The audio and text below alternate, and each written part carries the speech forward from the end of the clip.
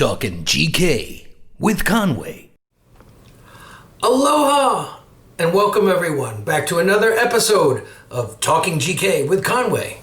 It is I, Conway Fitzgerald here, and if you've never seen this show before, this is about discussing the audiobook a little bit, answering some of your questions, offering a few scoops, plus a quiz. Heck, you can even win stuff. So first of all, I'd just like to say a huge thank you very much to all of my new subscribers. Welcome. Thank you so much for coming and joining this adventure with us. Pleasure having you. And this is your opportunity here. I love it when you folks comment, but this is another opportunity to get to know a little bit more about what it is you're listening to and share any of your questions with me. So coming up on the show today, we will have another quiz. Yes, indeed, we will. And this one's going to be a little bit tougher, I hope. Most of the time I think, man, did I make this too hard? And then somebody nails it within an hour or so. So this one, I'm going to be very specific about the quiz and what it is. So that's coming up.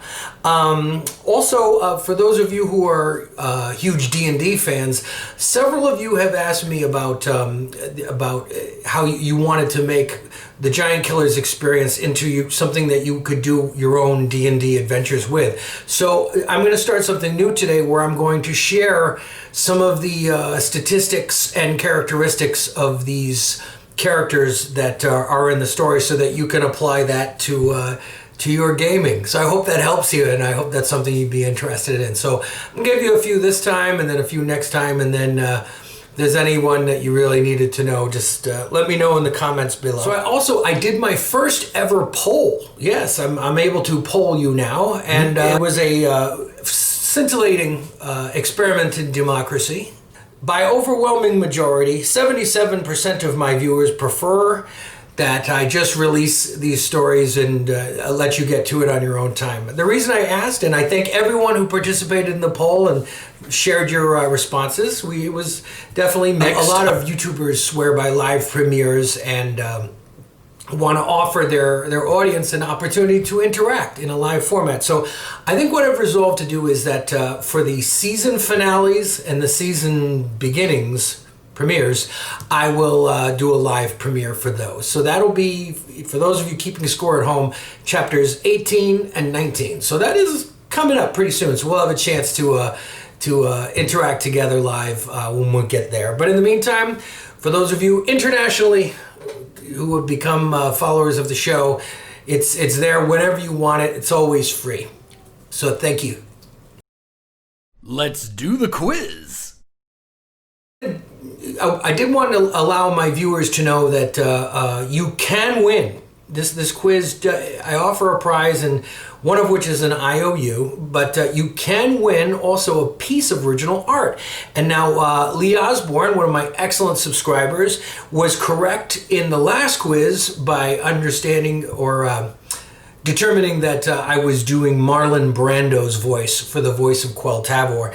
And he nailed it, and he requested the world map. So as you can see here, there he is, beautiful, brilliantly, with his world map. And I sent a letter of authenticity as well. So if, I'm optimistic. If anything comes of this, then, I don't know, maybe this will be worth something someday. Anyway, so here's the latest quiz. And again, if you're the first person to answer correctly in the comments below, you will win either a first edition copy signed by me of the Giant Killers when it's released. That is, I'm working on the revision and I'm still trying to get the thing published. So when that happens, I will send you the winner. It's an IOU essentially of a first edition copy signed by me. Or if you want something that you can handle right now, you can choose one of the various pieces of original art that I have added to these productions. So that could include Dan with the marble statue. It could include Fergus facing the sea serpent, or Nuna on top of the hill giant steading. Any one of these things, if you win, you can pick. Okay, and I'll send it to you, as Lee has proven. All right, so here's the quiz.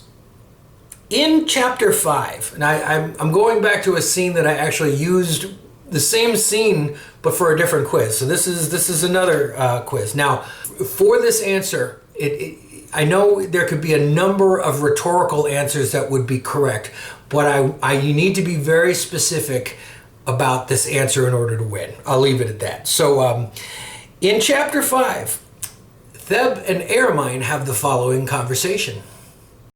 And stop fussing about the humans. You know humans. They like elves. They trust us, even when we lie to them. Humans always think we have some kind of special celestial information that they could never otherwise know. Keeps them wanting. Guessing, you know? Theb was growing impatient. What do you think Dan will tell you, even if he will see you? As I recall, the last thing you told him was he needed to die, by your hand or mine. Certainly, he and his order will take our appearance as a threat. We're walking into a prison. He knew me much better than I thought he did. Suddenly, a little bird flew out from underneath our carriage. Gossipers. Now here's the quiz question. What did Ermine mean when she called that bird and the other birds that flew away gossipers? And why was she upset? So the question is, what did Ermine mean when she called the birds gossipers? So there is a very specific answer to that. And if you're the first one who can tell me the specific answer to that question in the comments below, please do so, and you could be the winner. And of course, I love all of your comments all the time. The more the merrier. It's never too late to leave a comment. And for those of you who guess or who ask for hints in the comments, I'll oblige you. That's just something I do. And now, your feature presentation. For those of you who aren't fans of the role-playing game Dungeons and Dragons, I mean, I used to be when I was much younger, and it of course inspired the Giant Killers and a lot of the scenography and the way, as I stated in my introduction, I try to stay true to a lot of what you may expect given those sorts of worlds, so it would remain true to you. And a lot of my listeners have responded, and some have told me that they really wanted to know specifically more about these characters so they could include them in their own adventures, and I just think that that's fabulous. So I wanted to share these statistics with you. So I'm going to start with our lovely heroine and our narrator, Ermine. Okay, so a friend of mine gave me these fantastic looking player sheets, so I've scrawled all over them and confirmed the statistics for you folks. So Ermine would be, as a class, what you would call a thief magic user. In other words, she's a thief, but she's also a magic user.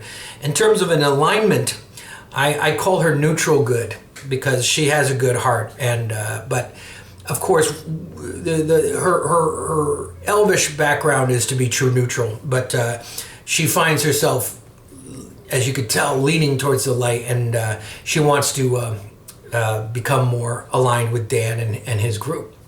Now, in terms of levels, if I'm gonna give you guys levels and stats and hit points and things like that, that would be where I think that they're at, right at the point in the story where we're at. So just about as we're getting ready for the next big adventure, when all the Avengers assemble, so to speak, this is where you would put them at. So I think it would make sense. So Ermine's not particularly bulky and strong. She would have what I would call a 12 strength, which is, probably, about as strong as me, I would say. Now, in terms of her intelligence, she's very smart. That's a 17. Her wisdom, she's wise at a 15. Her dexterity, she's very dexterous at a 17. She has a 15 constitution and a 14 charisma. Now, for those of you who have been following along and have been asking about the chances for Dan and Airmine to make a connection. I think I've told some of you, and I don't know if I was able to articulate it right, but Airmine is, I called her a solid 7. I didn't mean that to be in any misogynistic sort of way. I meant it in this sort of way. Like her charisma score would be around a 14, so that gives you an idea of, you know, how naturally people who are 10s tend to gravitate to other 10s. It's just the way it is. So with that said, our next character is our hero, Dan Tenuvial. Now, he, of course, is a fighter.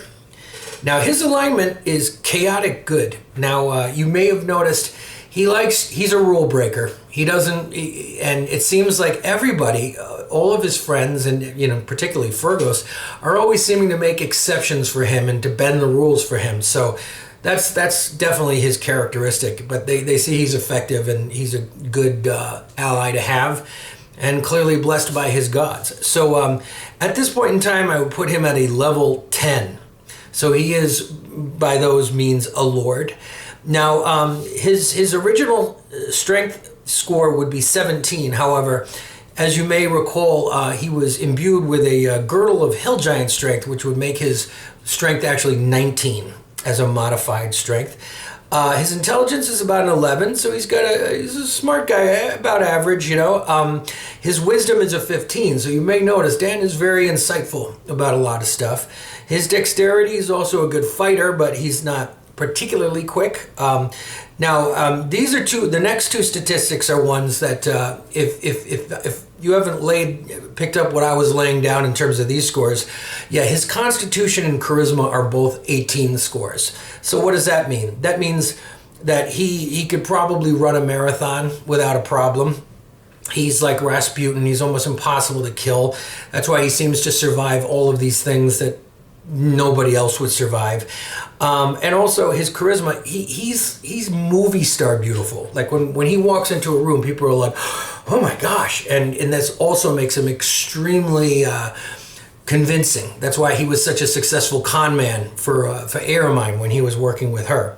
Oh, and speaking of that, one of the things I didn't put on here is that Dan probably has skills of a thief up to about a level 6 or 7. If you want to put that in there, you can. He was with Airmine for about 7 or 8 years, and that's going to matter at one point, and I'll explain later why. But you could add that to him. But for the most part, these would be his statistics. So I'm going to give you one more character's statistics, and I think he's also one of your folks' favorite, and that is Theb Karu, who is Airmine's keeper, the one who seems to watch over her, almost like a father figure. Now, Theb is an assassin magic user, and his alignment I'd put as neutral evil. Now, he's not particularly evil, but he is a killer for hire, so he's not a nice guy. Let's just be real. He's not a good guy, and that's why the members of the order, they don't trust him and they don't want him around. But he definitely is there for Airmine, come thick or thin. So for whichever reason to be determined, and so therefore they don't mind utilizing his powers if they're being used for good. Now I would put him at a level 13 assassin and 11 magic user. So he's a savvy and powerful character. In terms of statistics, I'd give him a solid 17 strength. Now, even though he's an elf with a very, very thin frame, I did mention how he was able to manhandle that big miller in the first chapter without a problem. He's a strong dude. He's also super clever. He's got an 18 intelligence, 16 wisdom. Now he has a 19 dexterity. For those of you who I don't know, I used to play this game when I was a kid many years ago, but elves were always said to be able to get a bonus of 1 just by virtue of their race. So he has a bonus 1, meaning he tops out at a 19. So he's super quick. He's really difficult to hit. I would put his constitution at a 15 and his charisma at a 12. So yes, Theb does have a flaw, which is that he's not the most charismatic character. In fact, he just plays off of the fact that he's so scary, and that's how he's so successful.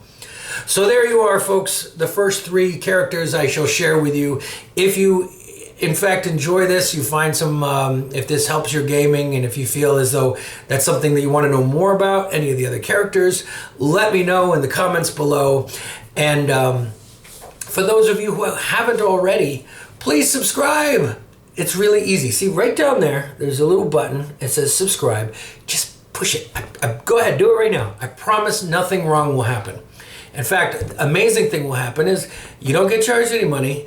And all it does is it tells you when I put stuff out, and I put stuff out about every week, every couple of weeks. So I'm not going to bother your mailbox. So please subscribe and share with your friends what this is all about, and enjoy. And thank you once again for Talking GK with Conway. Until next time. This has been Talkin' GK with Conway. Be sure to like, subscribe, and share with all your friends.